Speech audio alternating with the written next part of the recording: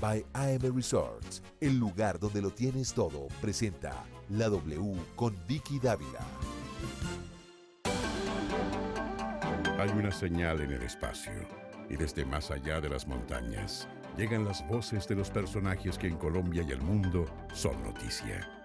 Continúa La W, nuestro mágico encuentro en medio de versos, noticias, personajes, música que nos hace estar cerca, muy cerca de usted.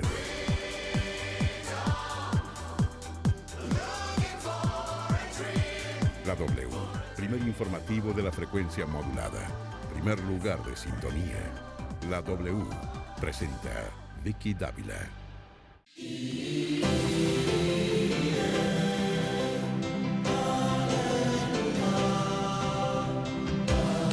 Hola, ¿qué tal? Muy buenas tardes, los saludamos, bienvenidos, esta es La W, gracias por acompañarnos, estamos a esta hora conectados en Facebook Live y estamos en nuestra página en www.wradio.com.co.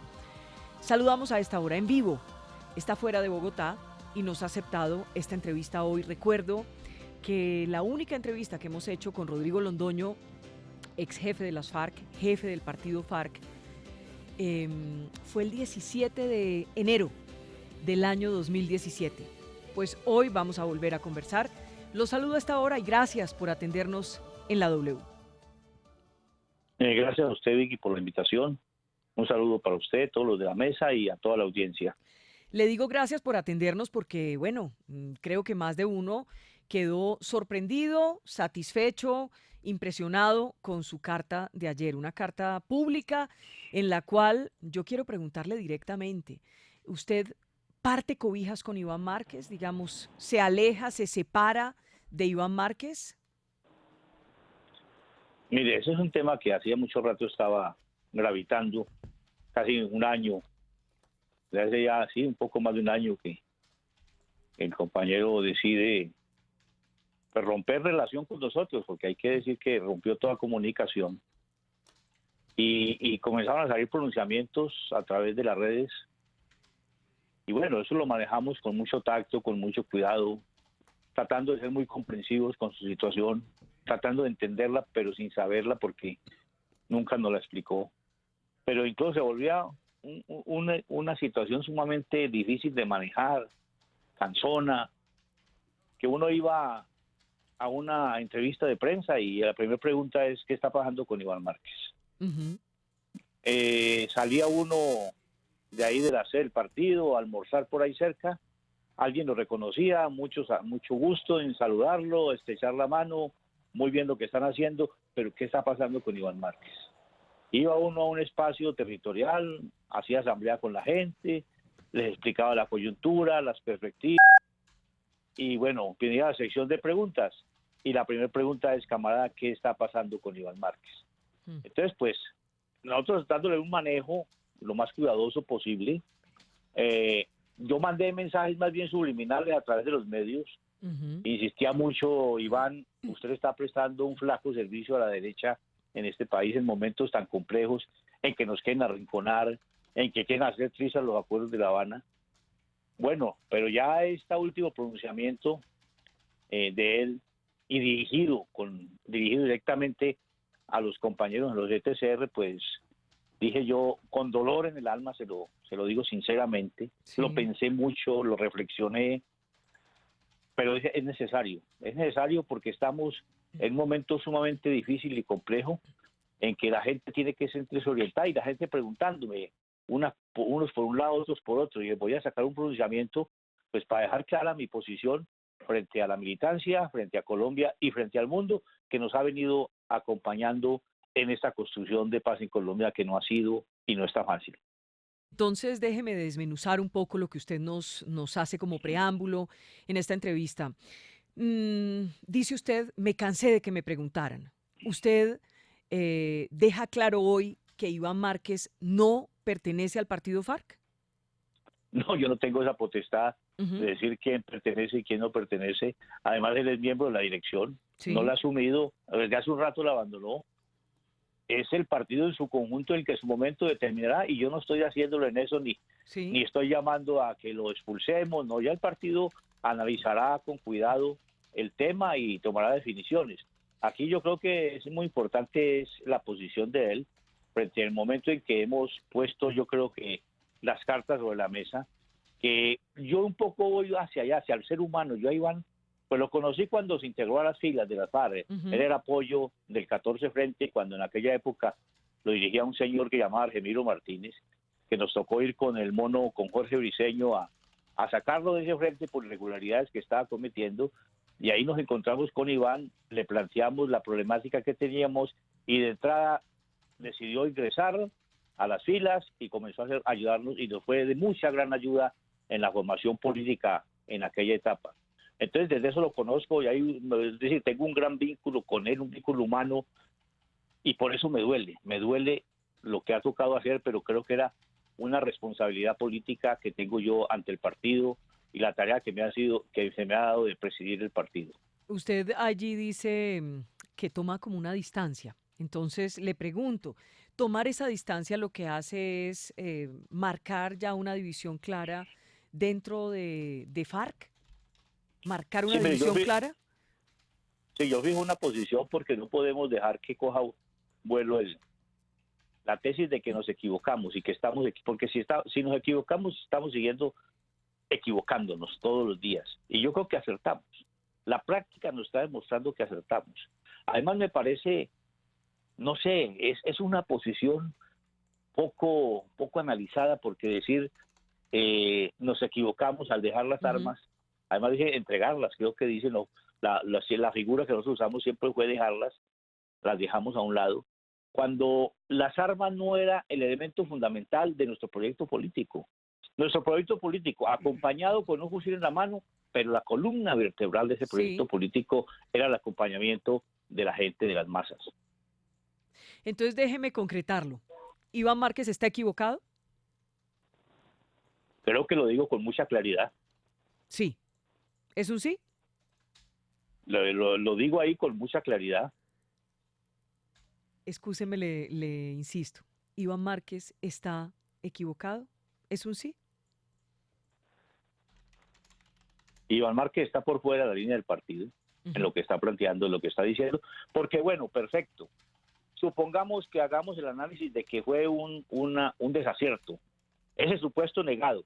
Ujú. ¿Qué teníamos que hacer? Sentarnos en conjunto, la dirección del partido, el partido en su conjunto, analizar y decir, hombre, nos equivocamos en esto, entonces vamos a seguir este camino. Sí. El problema es que no se plantean salidas, y esa es la gran preocupación, porque en momentos en que hay tantas dificultades en la implementación del acuerdo, en que la gente tiene angustia también en las zonas, un planteamiento de ese tipo lo que va es alimentar esa angustia Claro. y a generar desesperanza en la gente, y eso sí, yo como presidente del partido no lo puedo permitir, debo darle elementos de juicio.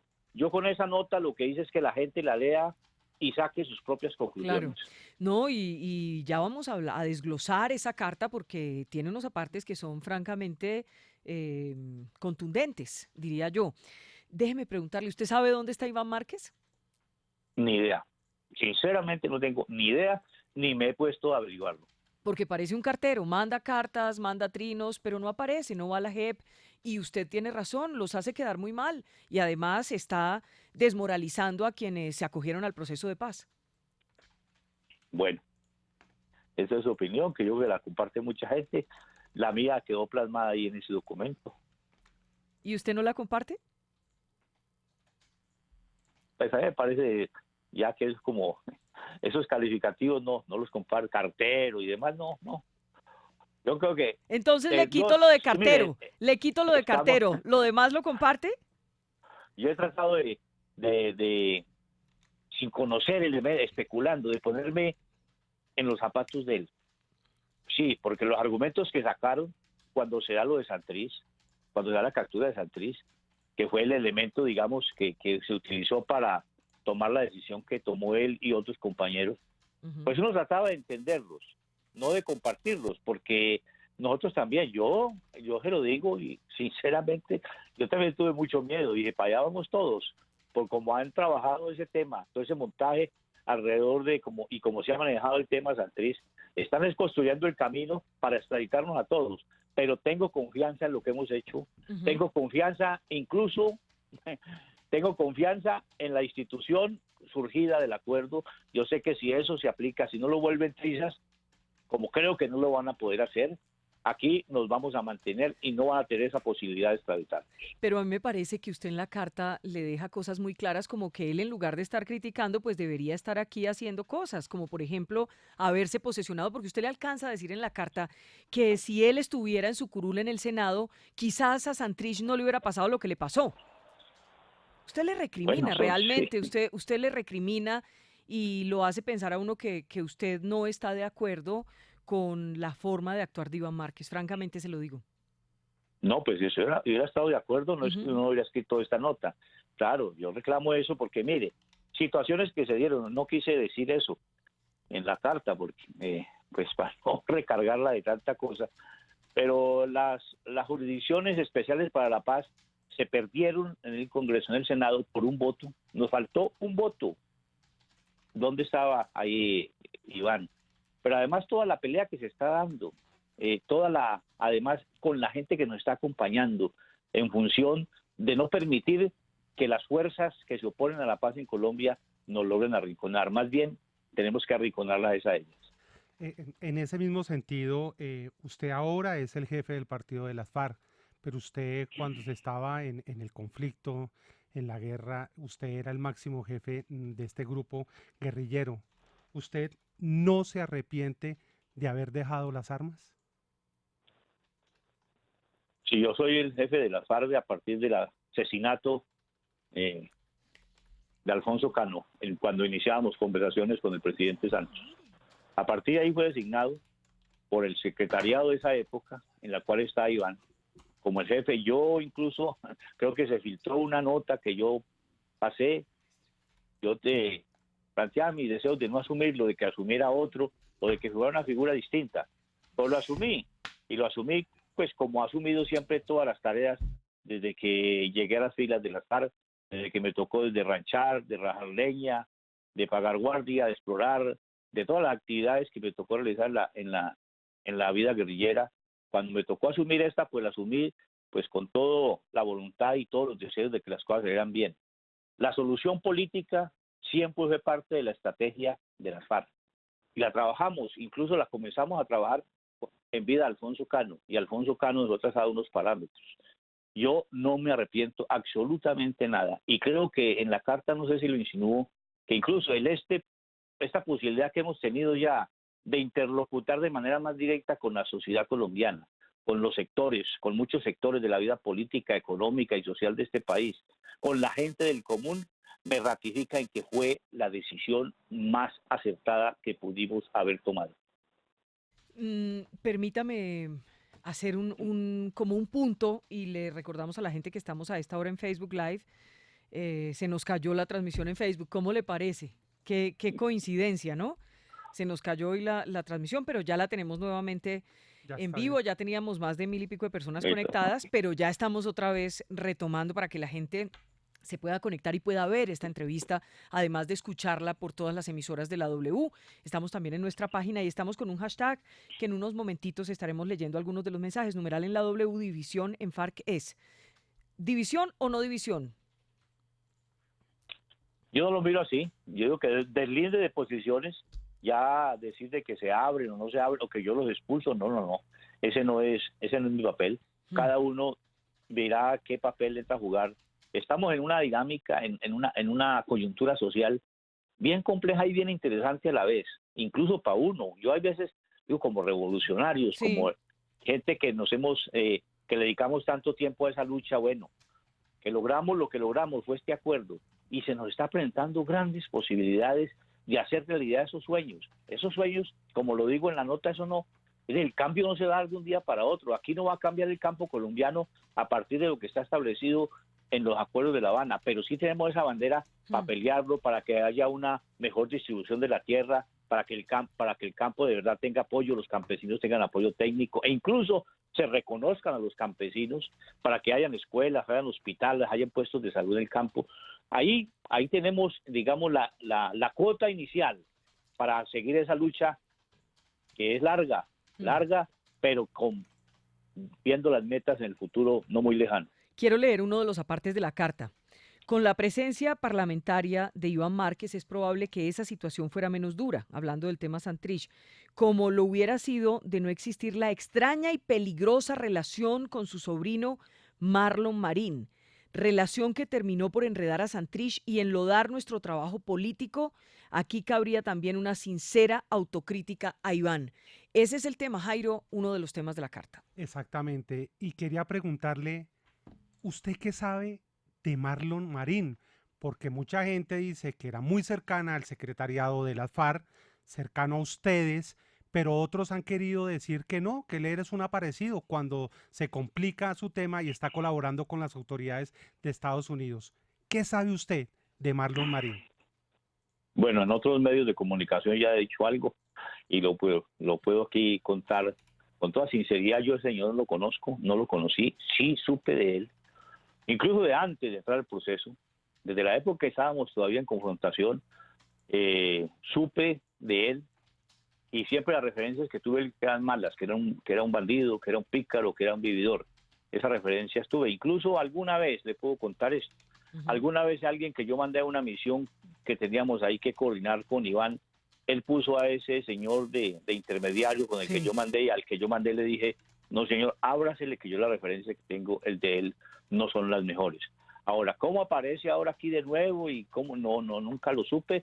Y el secretario en su conjunto no tenía ni idea de lo que estaba sucediendo con ese señor. Prácticamente venimos a conocer es cuando revienta el escándalo.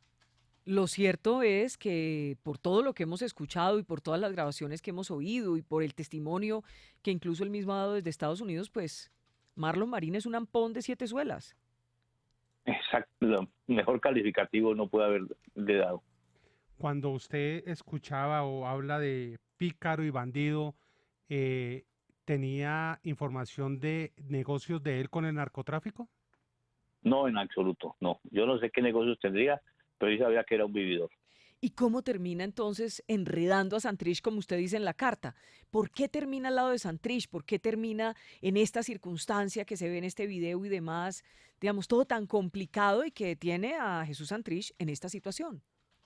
Bueno, yo creo que eso lo podrá explicar el compañero Santrich cuando le hagan un juicio con todas las de la ley y no con lo que están haciendo de humillándolo y entrampándolo y generando la situación que le han generado. Yo creo que en un juicio ahí se aclarará el papel de cada uno en lo que ha sucedido y sabremos de verdad qué es lo que ha sucedido. Pero era una pésima compañía, ¿no? Hombre, sí, no recomendable para nadie. ¿Y entonces será que por eso Iván Márquez también está huyendo? Es que esa es la duda que le queda a uno, porque si Marlon Marín está hablando de Santrich, pues lo que uno asume es que también hablará de su tío, Iván Márquez. Sí, yo eso sí no lo puedo responder, no tengo elementos para responderlo. Lo que sí es que siento pues que para él tiene que ser muy duro, porque hay una relación familiar y eso pesa, eso duele. Por eso incluso yo he sido muy cuidadoso en lo que he venido diciendo y de ahí de que haber tomado la decisión de escribir esta carta fue tan doloroso y fue una decisión que de todas maneras la pensé bastante.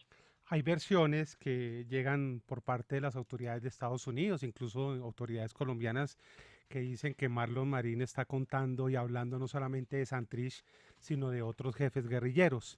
Entre ellos estaría pues el propio Iván Márquez. ¿Qué pensaría usted si la justicia de ese país ordenara una solicitud de extradición a Iván Márquez? Lo que pasa es que yo con esa justicia no le creo mucho. Ahí, porque hay antecedentes, está el antecedente de Simón Trinidad. Simón Trinidad lo extradita en unas circunstancias que no me expreso aquí a relatarlas, pero acusado de haber exportado 5 kilos de coca a los Estados Unidos. Le llevaron incluso guerrilleros desertores pagos para que se dieran testigo y 3 juicios no fueron capaces de comprobarle nada de narcotráfico. Todo eso quedó como una mentira. Pero siempre lo dejaron allá y se inventaron otro delito para dejarlo condenado a 60 años en condiciones bastante infrahumanas. Entonces le voy a cambiar la pregunta de mi compañero Jairo Lozano. ¿Usted mete las manos a la candela por Iván Márquez? Yo creo que aquí cada uno tiene que meter las manos a la candela por sí mismo. Ese para mí es un no. Ese para mí es un no. Muy claro.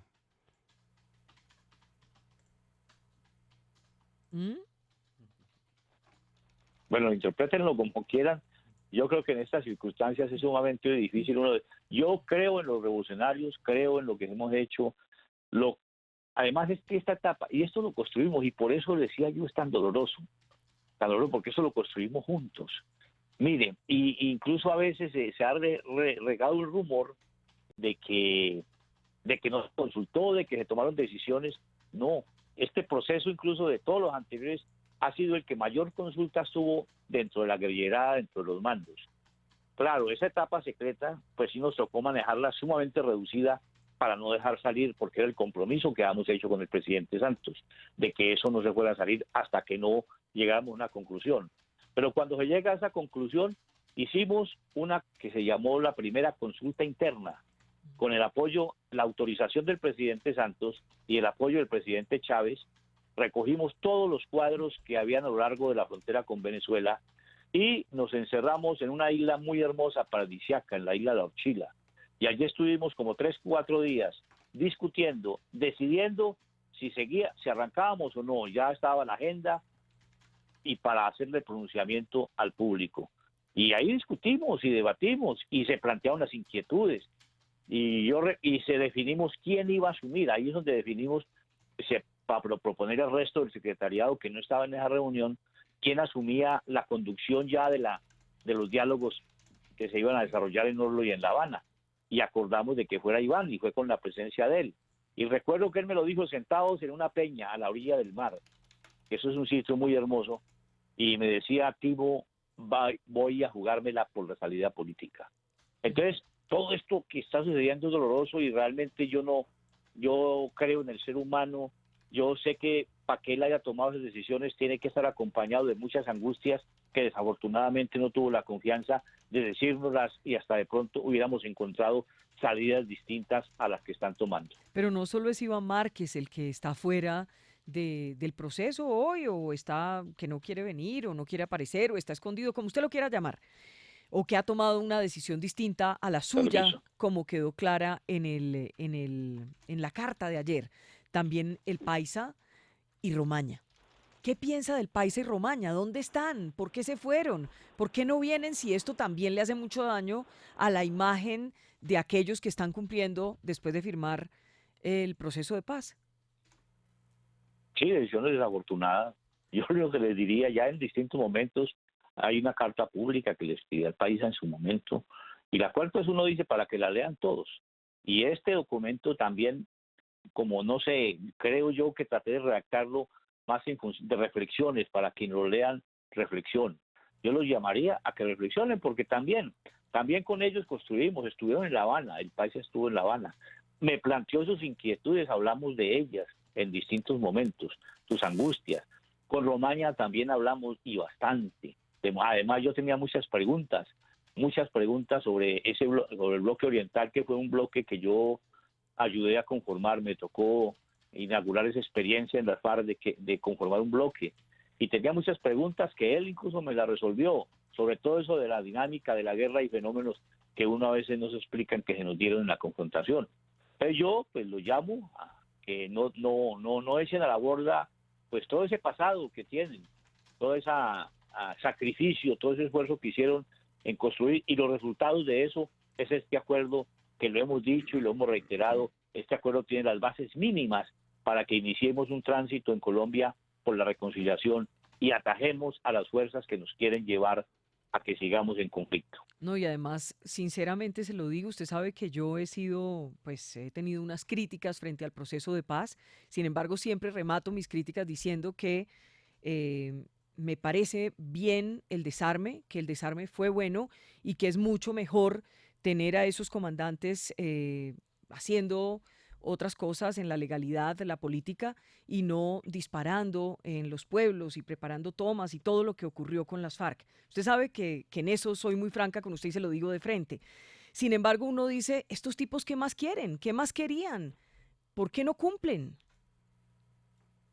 No, pues yo en lo personal también le digo, me siento muy satisfecho estar en este momento, por ejemplo, no sé si pueda mostrarle, en vez de estar planificando, haciendo análisis, en vez de estar haciendo análisis de información de inteligencia para la toma de una base, Sí. para la toma de un puesto de policía, tengo este cartapacho de documenticos que es lo que estamos preparando para presentar a la Comisión de la Verdad. Estoy en la tarea de hacerles una lectura y análisis y dar opiniones y ayudar en la construcción de esos documentos. Pero yo prefiero estar en eso porque yo sé que eso sí nos va a llevar a la verdadera reconciliación. Cuando aquí todos contemos nuestra verdad y a partir de la verdad de cada uno construyamos la verdad de la sociedad colombiana y cada uno asumamos la responsabilidad que hemos tenido en el desarrollo de este conflicto, vamos a comenzar a caminar por los senderos de la paz. Y bueno, ya ahí ya entraremos en otro tipo de discusiones de cómo es la Colombia que cada uno quiere y nos iremos poniendo de acuerdo para construir esa Colombia, pero sin violencia de por medio. Al que cumpla, que le cumpla el Estado. Al que no cumpla, imagino que usted estará de acuerdo en que pues caiga sobre él todo el peso de la ley. Mira, a mí no me gusta referirme en esos términos. Yo, cuando recién se da lo de Santrich, saqué un comunicado que fue público. Incluso algunos compañeros en algún momento me hicieron reclamo que yo por qué decía eso. Pues yo fui solidario con Santrich desde el primer momento. Me parece muy injusto lo que hicieron, semejante espectáculo para coger un hombre invidente que estaba además custodiado por la policía. Bueno, pero eso es ya lo que pasó. Y en el comunicado yo decía, si hago un llamado a todos, aunque nos tenemos que mantener dentro de la Constitución y las leyes, que fue el compromiso que hicimos. Y una vez me preguntaron unos compañeros en una asamblea, como haciéndome el reclamo, ¿usted por qué escribió eso? Y yo dije, mire, primero porque todos están claros, ese fue el compromiso que hicimos, pero es que además me entero de que en ese tema de Santrich aparece este señor Marín y a mí eso me preocupó. Entonces hago el llamado en ese sentido porque aquí no deja de llegar gente a calentarle a uno los oídos y a muchos compañeros le calentaron los ¿Qué oídos. le dicen a usted? Esos que le calientan el oído, ¿qué le dicen? ¿Qué le han dicho? Bueno, dejémoslo ahí. Lo que pasa es que ya uno tiene la experiencia y esa experiencia trata de transmitirse a uno los demás muchachos. Pero le ayudo. Imagino que le dicen que regrese al monte, que esto hay que votarlo, que hay que acabar con el proceso de paz, que le vote el proceso de paz a este gobierno. Imagino que esas son las cosas con las que le calientan el oído. No, no tanto en ese sentido, sino más bien en entrampamientos. Hay gente con ganas de ganar recompensas, supuestamente descubriendo complots. Entonces vienen a plantear cosas, a tratar de ¿Delitos? de ¿Le han incitar. planteado delitos? ¿Le han ofrecido que vuelva a delinquir? Digamos, ¿le han ofrecido negocios, cosas? Cuéntenos sobre eso. A mí no directamente, pero a alguien, por ejemplo, le ofrecieron la posibilidad de liberar a Santrich, de tener incidencias, a Simón Trinidad, de tener incidencia para liberar a Simón Trinidad porque tenían contacto directo con el presidente Trump. Pero para eso necesitan unos milloncitos de dólares en los Estados Unidos. Cositas de ese tipo. Eso no deja de haber mucho antioqueño por ahí. Cuando quiero retomar un poco lo de Iván Márquez, Romaña y alias El Paisa, porque según fuentes autoridades, de una u otra manera, ellos terminan relacionados con negocios ilegales de narcotráfico. ¿A usted no se le pasa por la cabeza o le llega información que ellos de pronto siguen delinquiendo en el tema del narcotráfico y por eso no aparecen? No, yo no tengo absolutamente ningún elemento ni ningún indicio en ese sentido. Y si lo hubiera tenido, lo hubiéramos llamado para decirles, hombre, por ahí no se puede. Yo no creo en eso. Ahora, yo sé que ese es un instrumento con el cual van a tratar de extraditarnos, es un instrumento con el cual nos han macartizado y van a tratar de neutralizarnos en nuestra actividad política, pero tenemos la conciencia limpia, la conciencia tranquila para responder donde sea por las acusaciones que sean. ¿Hace cuánto usted no tiene comunicación con Romaña o con El Paisa o con Iván Márquez? Eso hace más o menos como un año que ellos rompieron la comunicación. No puede ser, pero con Efectivamente. ninguno de ustedes del partido, con ninguno tiene comunicación. Yo no sé si algún otro compañero tendrá comunicación con ellos, pero conmigo en absoluto. Mire, a mí me llamó mucho la atención de la carta de ayer en una parte donde usted decía que poco a poco usted siente que se ha ido ganando una opinión favorable en un sector de la sociedad, a pesar de que usted en la carta reconoce que cometieron barbaridades, porque yo leí eso en su carta. ¿Usted siente eso? ¿Realmente siente que hay gente que ya ha empezado a aceptar a ese sector de las FARC que realmente le apostó al desarme y a reinsertarse en la vida civil? Sí, lo siento, y no solamente lo siento, sino que lo he vivido. Y lo he vivido casi todos los días. Ahora, hace poco estuve por allá en mi pueblo natal, en La Tebaida, y realmente ahí viví una serie de situaciones tan emotivas del punto de vista humano y del punto de vista político, y de escuchar los testimonios de la gente, de gente que en un determinado momento incluso decían que el día que yo apareciera ahí me iban a recibir a insultos, y cómo al escucharme, al hablar, al conversar, han cambiado de opinión. Pero no solamente, hace poco estuvimos aquí en Bogotá, en el barrio, en el Minuto de Dios, presentando un documental que tienen las compañeras nuestras, Nunca Invisibles. Se lo presentó ahí en un parquecito, ahí al público. Yo me preocupé porque eso a campo abierto, dije, aquí se puede prestar para alguna provocación, cualquiera puede. Bueno, pero se hizo un conversatorio en el que me tocó participar y fue muy bonito, fue muy estimulante, la gente preguntó mucho, incluso demasiado ahí con ese frío tan tremendo, y de pronto una señora pide la palabra y dice, mire, yo no voy a preguntar nada, yo aquí voy a dar mi testimonio. Mi hermano lo mataron ustedes en un combate, mi hermano era un soldado regular del ejército, y yo aquí lo que les pido a todos es que sigan por el camino, que sigamos insistiendo en que aquí tenemos que reconciliarnos y construir paz. Y así puedo aquí relatarle cantidad de hechos y de anécdotas, mucho más allá incluso de los insultos, que han sido muy pocos. O sea, ¿ya no le tiraron tomates, botellas y todo eso que pasó en Armenia? No, porque eso de Armenia y de Cali fue un hecho calculado, que a propósito, y eso la fiscalía se le olvidó, ¿no? Eso se demandó, se denunció, eso lo archivaron, ahí quedaron los videos de la gente que promovió eso, hay elementos probatorios que se consiguieron muchachos de los bajos barrios para que vinieran ahí a echar piedra y tirar huevos. Pero no, eso no ha vuelto a suceder. ¿Usted en su momento se arrepiente de haberse lanzado en ese momento a la candidatura presidencial? Yo no quisiera volver, yo ya lo he dicho, pero bueno, de pronto usted no me ha escuchado. Es que llevábamos sin hablar más de 2 años.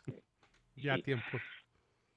Cuando la 10ª conferencia, que decimos ya que se aprueba todo esto, yo lo planteé y dije, en la próxima campaña electoral nosotros no debemos plantear candidato propio. Nosotros incluso hace la propuesta de un gobierno de transición. Yo hago esa propuesta porque aquí hay que buscar un candidato que no genere resistencias ni en un lado ni en el otro. Pero como yo soy un disciplinado del partido, el partido, por encima de mi opinión, decidió de que yo me lanzara la candidatura. Y lo hice en contra de mi idea, de mi opinión. Pero lo asumí porque era una tarea de la dirección, y yo llevo toda la vida enseñándole a la gente que las tareas que da la dirección hay que asumirlas, gústele a uno o no le guste. Pero se lo digo con sinceridad, eso fue una equivocación. Equivocación que afortunadamente el corazón la resolvió. Sí, claro. Recuerdo que en ese momento usted estuvo en un grave problema de salud. Son las 12 del día, 35 minutos. Estamos conversando con Rodrigo Londoño Timochenko, es conocido como Timochenko y fue jefe de las FARC y es jefe del partido FARC hoy. Leamos algunos mensajes. Numeral en la W División en FARC es, Libardo Alexis dice, gracias a la ultraderecha colombiana la paz va camino a su extinción. Por otro lado, aquí hay otro mensaje de Héctor Juan. Uy, no, ese ni lo puedo leer. Numeral en la W División en FARC es, dice Juan, creo que es un claro ejemplo de los que están a favor y respetan los acuerdos dentro de las FARC. Por aquí, la Chivita dice, numeral en la W División en FARC es, como dijo Vicky Dávila, un Nobel de Paz que cada día nos sale más costoso. Bueno, por aquí, Víctor Esqueda dice, numeral en la W División en FARC es, no les creo, fueron y son y serán bandidos. Bueno, hay mucha resistencia todavía, ¿no? Muchos mensajes que ni siquiera se pueden leer porque pues todavía son muy, muy fuertes. Hay gente que hoy nos está escuchando o viendo aquí, se lo confieso, casi que les parece imperdonable que usted tenga este espacio. ¿Qué le dice a esa gente que considera que es imperdonable, que usted no debería tener un espacio en los medios? La intolerancia es la que nos ha llevado a este conflicto que ya fue casi de más de 60 años, y esa intolerancia es la que debemos dejar a un lado, despojarnos de odios, de rencores y conversar como colombianos, conversar como seres humanos, Yo soy un convencido de que al ser humano se le puede explotar los valores más nobles, y eso es los que tenemos que explotar. Que aquí, desafortunadamente, nos tocó una confrontación donde lo primero que se ha perdido es la verdad, donde se ha tratado la estigmatización como un instrumento de la lucha, de la guerra, ha jugado un papel sumamente, y yo lo decía en la nota, y además lo vivo reiterando, la estigmatización nos ha hecho mucho daño, y por eso, y yo le agradezco, Vicky, este espacio y el tratamiento que se me da, porque los medios de comunicación tienen que jugar un papel importante en eso. La controversia sí, la controversia civilizada. Cuando uno comienza a insultarse con el otro, pues no hay tiempo de ponerle cuidado a los argumentos. Claro, Y aquí, y yo creo que usted también nos está demostrando, usted entiende, y se lo dije también en otro fragmento de esta entrevista, entiende que yo he sido crítica en algunas cosas del proceso, que no tengo que pensar como piensan ustedes, que pensar como piensan ustedes no necesariamente es ser responsable a la hora de ejercer el periodismo. Podemos ser diferentes y tenemos que convivir siendo diferentes, ustedes tolerando nuestras opiniones y nosotros pues tolerando que ustedes existan y estén ahí en este proceso que se firmó. claro, exactamente, ese es el medio ambiente que nosotros queremos que se cree y que se comenzó a crear cuando lo inició este proceso y que se logró profundizar un poco más durante el mandato del presidente Santos, que desafortunadamente con este gobierno se ha tratado de enrarecer. Y yo creo que mi llamado es hacia allá, a llamar a todos los que de este gobierno a veces lanzan acusaciones que lo único que generan es más enrarecimiento del ambiente. Yo por eso le hemos solicitado en distintos momentos al presidente Duque, por favor, recíbanos, queremos conversar, queremos escucharlo, incluso cuáles son sus inquietudes y expresarle las nuestras, qué es lo que él espera de nosotros y nosotros decirle qué esperamos de él como el representante del Estado, de un Estado con el que firmamos un acuerdo. Eso sería porque así yo creo que se resuelven las controversias y así hacen las personas civilizadas. Pero seguir la estigmatización, seguir enrareciendo ese ambiente, hombre, pues a cualquiera fácilmente, pues lo que está sucediendo, los muertos que están apareciendo, nos están haciendo mucho daño. Y yo lo decía en distintos momentos, explicar el tema de la reforma agraria, del acuerdo, de la reforma política, de la sustitución de cultivos, de todo eso que no se ha implementado, bueno, lo podemos explicar, pero explicarle a la gente, hacerle entender los muertos, el caso del niño de 7 meses, el caso de Wilson Saavedra, el caso de Dima del norte de Santander, son situaciones difíciles de entender, pero que estamos haciendo el esfuerzo de que, porque a la vez eso está permitiendo que mucha más gente sea consciente de que necesitamos bajarle al clima de la confrontación y de la estigmatización. ¿Qué piensa hoy del expresidente Juan Manuel Santos? Pues que jugó su papel hasta donde pudo y hasta donde quiso arriesgarse, porque le faltó haber sido más osado. De todas maneras, él representaba a su clase y en algún momento lo dijo, no he podido leer el libro porque está muy caro, pero vamos a ver dónde me consigo por ahí una edición más barata. ¿No tiene plata para comprar el libro? Esa bancarización está bastante reducida. Pero le adelanto un punto. Por ejemplo, él dice que nunca soñó con ser presidente de la República y nunca soñó con el Nobel de Paz. Pues a la gente hay que creerle. Yo nunca me imaginé haber sido el jefe de la paz y mucho menos liderar un proceso de negociación y acuerdo para buscar la paz en Colombia. ¿Usted cree que Juan Manuel Santos bajó la guardia en el proceso de paz cuando ya lo vio firmado? Es decir, cuando a los 8 días le entregaron el Nobel, ¿se acuerda? Después del plebiscito. Sí. No, lo que pasa es que pues uno va entendiendo a la gente en esas posiciones y el presidente pues obedece a muchos intereses y a muchas fuerzas. Muchas veces no puede actuar como quisiera actuar, sino que hay fuerzas que lo obligan a hacer lo que incluso muchas veces no quisiera hacer. Hay algunos, y le menciono a Henry Acosta, que ha dado entrevistas diciendo que fue uno de los que acercó pues a las partes en su momento, que ha dicho que hay un sector de las FARC que se siente traicionado por Juan Manuel Santos. ¿Es así o no es así? ¿Qué dice usted? Yo no me siento traicionado, por lo menos yo no soy de ese sector, a él le habrán dicho tal vez, Él tiene mucha relación con mucha gente nuestra. Tal vez le han dicho a él eso. Yo sé que Juan Manuel Santos jugó hasta donde pudo como representante de una clase que de todas maneras no compagina con nosotros. Y él en determinado momento creo que lo dijo, que no iba a abrirnos pues todo el espacio que nosotros queríamos. Mire, yo se lo dije en la primera entrevista que tuvimos con él, conversación, que fue en La Habana, que fue dura, fue una conversación muy tensa porque era lo de la fecha para colocarle fecha al proceso. Yo no estaba de acuerdo.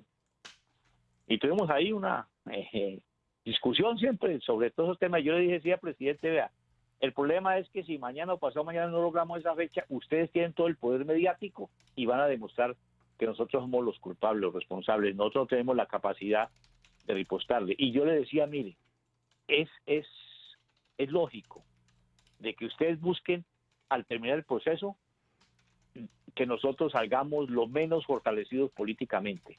Pero también es válido que nosotros al terminar el proceso busquemos salir lo más fortalecido políticamente. Lo que no es válido es las cochinadas, las trampas, las argucias. Eso sí es lo que nosotros no aceptamos, no vemos bien. Pero ya que usted está hablando de eso, déjeme entrar en una pregunta para que me la conteste francamente. ¿Usted no cree que Juan Manuel Santos les dio prácticamente todo lo que ustedes pedían? ¿Y usted lo cree? ¿Usted cree que le digo pedíamos la nosotros? verdad, le digo la verdad. Usted sabe que estamos hablando aquí francamente. Sí. Yo creo que les dio mucho. Les dio Sí, mucho. por ejemplo. Pues tener la posibilidad, a pesar de tener una oposición tan grande, que no quería que ustedes hicieran política, que quería verlos en la cárcel. Digamos, había una oposición muy importante en el país. De hecho, el plebiscito lo demostró ganando el no. Y sin embargo, él impuso y logró que ustedes pudieran estar en el Congreso como lo están hoy, y logró que usted y yo podamos estar en esta conversación, usted estando en su lugar de residencia y nosotros acá sin que usted esté en la cárcel. ¿Y usted me parece que eso está mal? No, no lo estoy valorando, le estoy preguntando. No, pero estoy diciendo que nos dio más de lo que nos debían No, haber les dado. dio bastante, digamos, les dio. Yo creo que nos dieron menos de lo que nos debieron haber dado. ¿Sí? Pero ¿Qué eso les fue, faltó? pero eso fue una, incluso lo digo ahí en la nota, a los que se quejan de que no pudimos conseguir más nada. Además no es para nosotros. Cuando planteamos el tema de la reforma rural integral, es en función de quiénes, de los campesinos de Colombia. Cuando hablamos ahí de un catastro multipropósito, ¿eso a quién va a beneficiar? Que el Estado sepa qué tierras se tienen y en manos de quién están, y se puede hacer una distribución más equitativa de la tierra. Eso es para las FARC, ¿no? Nosotros no somos sino 10.000, 12.000 compañeros que nos reintegramos a la vida civil. Es para los millones y millones de campesinos. Cuando planteamos el tema de la reforma política, el tema de que más sectores puedan tener acceso a la vida política, de que se financien los partidos desde el Estado, eso no estamos pensando solamente en las FARC, sino el conjunto de la sociedad colombiana. Cuando acordamos el tema de la sustitución de cultivos, que vea, yo tuve una reunión hablando de eso en La Habana, con una buena cantidad de dirigentes de zonas cocaleras, y en eso se presentaron las líneas que se las presenté yo al gobierno, se las presenté al enviado de Estados Unidos, el señor Aronson, las discutimos, las hablamos, incluso yo le agregaba el elemento cultural en esas líneas de trabajo para la institución de cultivos. No es pensando en las FARC, es pensando en el conjunto de la sociedad colombiana. Tenemos un fenómeno muy complejo, el del narcotráfico, que nos está haciendo demasiado daño y que es un fenómeno que hay que cogerlo por los cachos de verdad y no como lo vienen haciendo las clases dirigentes de Colombia. Pues usted habla del tema de tierras, pero según usted, ¿qué les faltó? ¿Qué les faltó que les dieran a ustedes? Algo que hayan pedido y que no les dieron. El tema de las emisoras, por ejemplo, la posibilidad de llegar a los medios de comunicación. Se nos dio un tema, hay un programita en televisión que llama Mimbre, el cual apenas tenemos incidencia. Nosotros hemos planteado la posibilidad de tener un programa más permanente en la televisión colombiana para dar a conocer lo que estamos haciendo, para llevar nuestro mensaje. En eso se nos cerraron las puertas. Y están las emisoras, todavía no salen. Y el lío es que lo poco acordado lo están ahí frenando. Eran 20 emisoras y hasta ahora no tenemos ninguna. Emisoras que no son solamente para las FARC, sino en conjunto con las comunidades, además. Pero tenemos, bueno, yo no quiero controvertir aquí, incluso ahora, está bien. ya que me tocan el tema, porque he escuchado por ahí a raticos Sí. el comisionado diciendo que es mentira lo que yo estoy diciendo, el incumplimiento. Yo tenía ganas de hacer una propuesta al aire públicamente, ¿Qué comisionado, propuesta? hagamos un plan y vamos espacio por espacio y hacemos balance. ¿Qué se ha cumplido y qué no se ha cumplido en cada uno de los espacios? Y ojalá con una veeduría, ojalá con veeduría. Ahí tenemos ahora un gran movimiento muy importante que está ayudándonos en esto, que es el DLP. Entonces esa es la propuesta que usted le hace al comisionado de paz. Sí, porque se trata, mire, nosotros no queremos hacer leña del árbol caído. Sí. Nosotros sabemos que hay dificultades, que hay problemas y todo, pero hombre, que no se nos metan mentiras. Mire, usted sabe lo que nos tocó para trasladar a Wilson Saavedra, el compañero asesinado en Tuluá, para trasladarlo a Villavicencio, donde está la familia, para realizar las exequias. Nos tocó hacer vaca entre nosotros, recoger platica para poder, porque el decreto que da un subsidio a los excombatientes para en caso de muerte, ese decreto este gobierno no lo ha ratificado. ¿Sabe una cosa? Hay gente y me gusta mucho tener la oportunidad porque siento que de esta manera podemos responder la opinión que a veces, y me incluyo, que a veces uno histérico da en las redes sociales o en la radio o en lo que sea, pero que tiene un fondo. Déjeme preguntarle lo siguiente, y es toda esa gente que piensa, bueno, pero estos tipos no han contado la verdad, los procesos son lentos.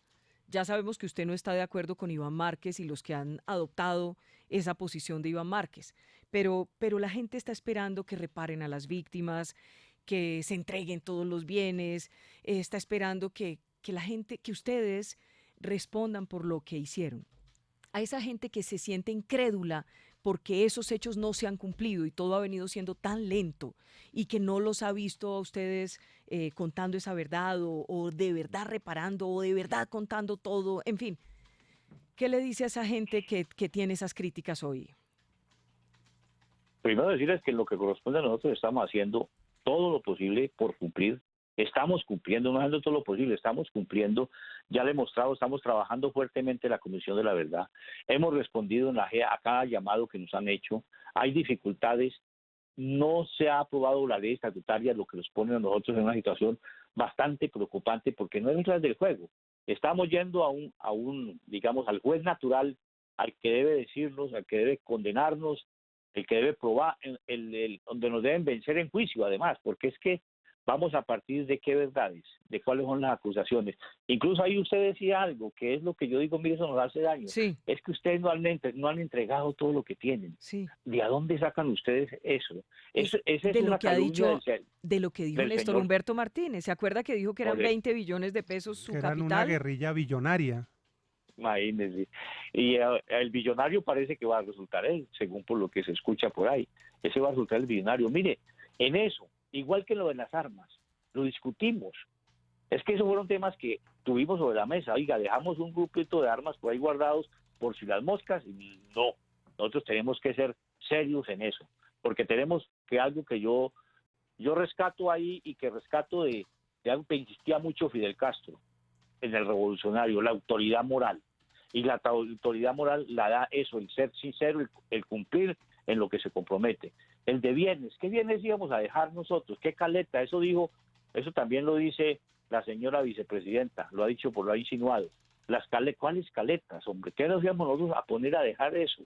Eso incluso era tener una tentación ahí para la gente descompuesta que después nos iba a entrar el cuchillo. Nosotros entregamos lo que teníamos a disposición, gastamos lo que gastamos en toda esa etapa de cuando nos estábamos acercando a las zonas veredales y ahora a los espacios territoriales.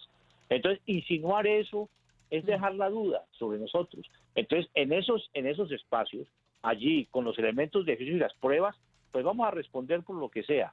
Ahí estamos en el caso 001, asumiendo el tema de las retenciones ilegales de personas con fines económicos. Estamos en el proceso. Yo estuve en una audiencia de día y medio. Hace poquito volví a una entrevista en la JED sobre un tema que me acusaban por ahí unas minas en Vistahermosa. Y pues bueno, ahí estamos en eso. Lo que pasa es que Pero, por ejemplo, eh, ustedes reconocen, usted como jefe de las FARC, reconocen que hicieron secuestros y que desaparecieron mucha gente y que no han aparecido todavía. sobre ese tema de desaparecidos, que es un tema muy sensible, hay una comisión a la cual le hemos dado toda la mayor contribución y allí se establecerá si hubo desapariciones o no. En mi caso personal yo no desaparecí absolutamente nadie, pero como organización estamos investigando y donde aparezcan ahí se asume la responsabilidad. Retenciones con fines económicos, todo el mundo sabe que sí hicimos, pero la cantidad que nos acusan, la cantidad que es que uno cuando lee esas acusaciones que nos han traído, uno dice, de a dónde sacaron todo eso? Pero estamos respondiendo, no vamos a esconder nada. ¿Cómo vamos a esconder? ¿Con qué? No, porque además es la fuerza que nos da para seguir nosotros impulsando nuestro proyecto político. Y no vamos a sacrificar nuestro proyecto político por una mentira que no nos va a traer ningún beneficio. Hay un tema que preocupa muchísimo, nos preocupa muchísimo, y son las disidencias, porque dan unas cifras, otros dan otras. ¿Cuánta gente se quedó por fuera de las FARC? ¿Cuántas son las O por lo disidencias? menos cuántos se han ido porque sienten que les han incumplido, porque tienen el efecto Márquez, el efecto Romaña, el ¿O efecto nunca Paisa. llegaron? Sí, ¿cuántos son los disidentes del proceso? Yo cifras no tengo. Mm. Se acaba de hacer un censo que fue en compañía con la ARN, y creo que ahí es muy poca la gente que falta de los que inicialmente arrancamos. Sé que son muy pocos los que en las zonas donde yo sé que alguna gente se ha ido, son muy pocos los que están por allá. Ahora, sí, están recogiendo otra gente, porque son los grupos incluso de bandidos. El tema del narcotráfico nos está haciendo mucho daño. El año pasado tuvimos un encuentro en Cerrito promovido por el procurador, que nos encontramos con la clase dirigente del Valle del Cauca y con varios dirigentes sociales. Fue una reunión bien interesante, un debate bien interesante. Ya afloró el tema, por ejemplo, del narcotráfico, y yo hacía la propuesta. ¿Y por qué no? De la Procuraduría o desde donde se pueda, convoquemos aquí un foro en Colombia donde sea bien amplio para que hablemos a calzón quitado del tema del narcotráfico y podamos encontrar verdaderas soluciones. Porque mientras estén haciendo los diagnósticos equivocados que están haciendo, así las fórmulas para resolverlo van a ser equivocadas. ¿Usted está por la legalización? Creo que esa es la tendencia del mundo, además de lo que demuestra. Ahora ya la marihuana está muy legalizada en Estados Unidos y en otras partes del mundo. Sí, ¿no? Déjeme hacerle una pregunta porque sé que usted va a ser papá. Sé que en unos días volverá a ser papá. Está por nacer por ahora su último hijo. ¿Es así, no? Sí, dentro de un mes yo creo que ya estoy. ¿Y es varón o es mujer? Sí, es sexo masculino. ¿Y usted está ilusionado? Pues yo soy un ser humano y con 60 primaveras encima y tuve una hija en medio de la guerra que no la pude disfrutar. Creo que tener esa oportunidad pues emociona, claro, emociona bastante y preocupa. ¿Y va a entrar al parto? Bueno, yo creo que eso esperemos a ver que se llegue ese momento. Es que eso es lo que se estila ahora. Los papás entran al momento del parto. Le hago todo este preámbulo para preguntarle. Usted ha tenido unas afecciones de corazón serias, complicadas. Lo veo que está muy bien. ¿Le tiene más miedo a la muerte ahora o antes, cuando estaba en el monte? Pues hombre, no, yo estuve en La Habana cuando estábamos en el pleno, a propósito, el pleno que trazó los caminos, un pleno donde estuvo toda la dirección de la organización y más de 20 cuadros invitados para la discusión, y fue ese pleno trazó ese camino. En medio de ese pleno, pues me dio ahí un infarto, duré muerto, dicen que como media hora. O sea, ya tengo esa experiencia y me preguntaba, y yo no sentí nada.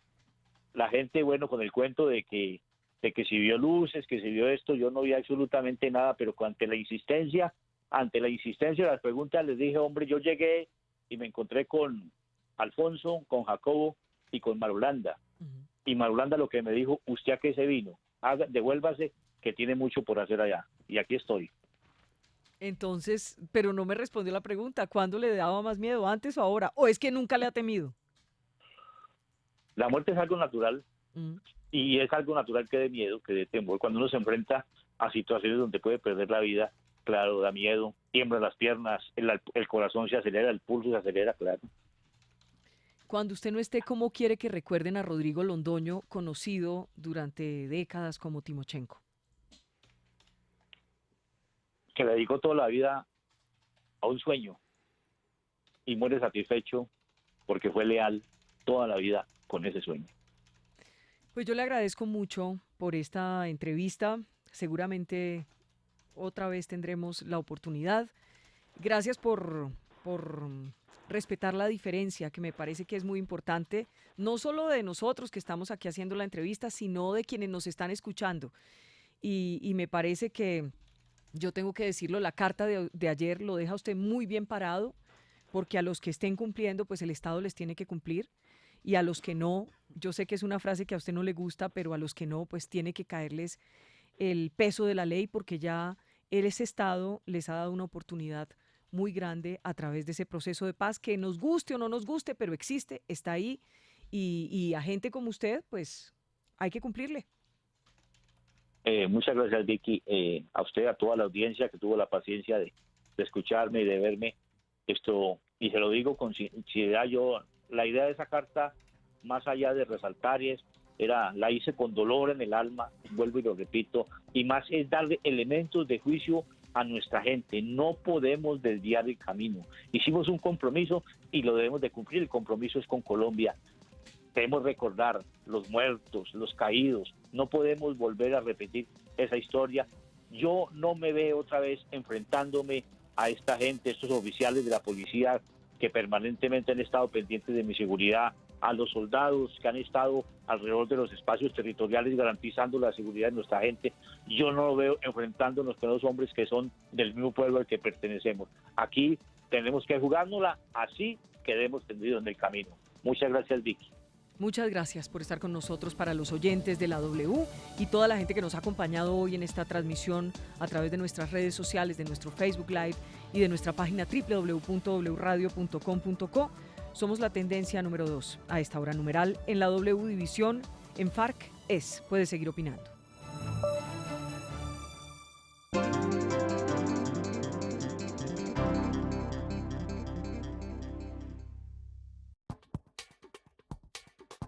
Bueno, ¿y qué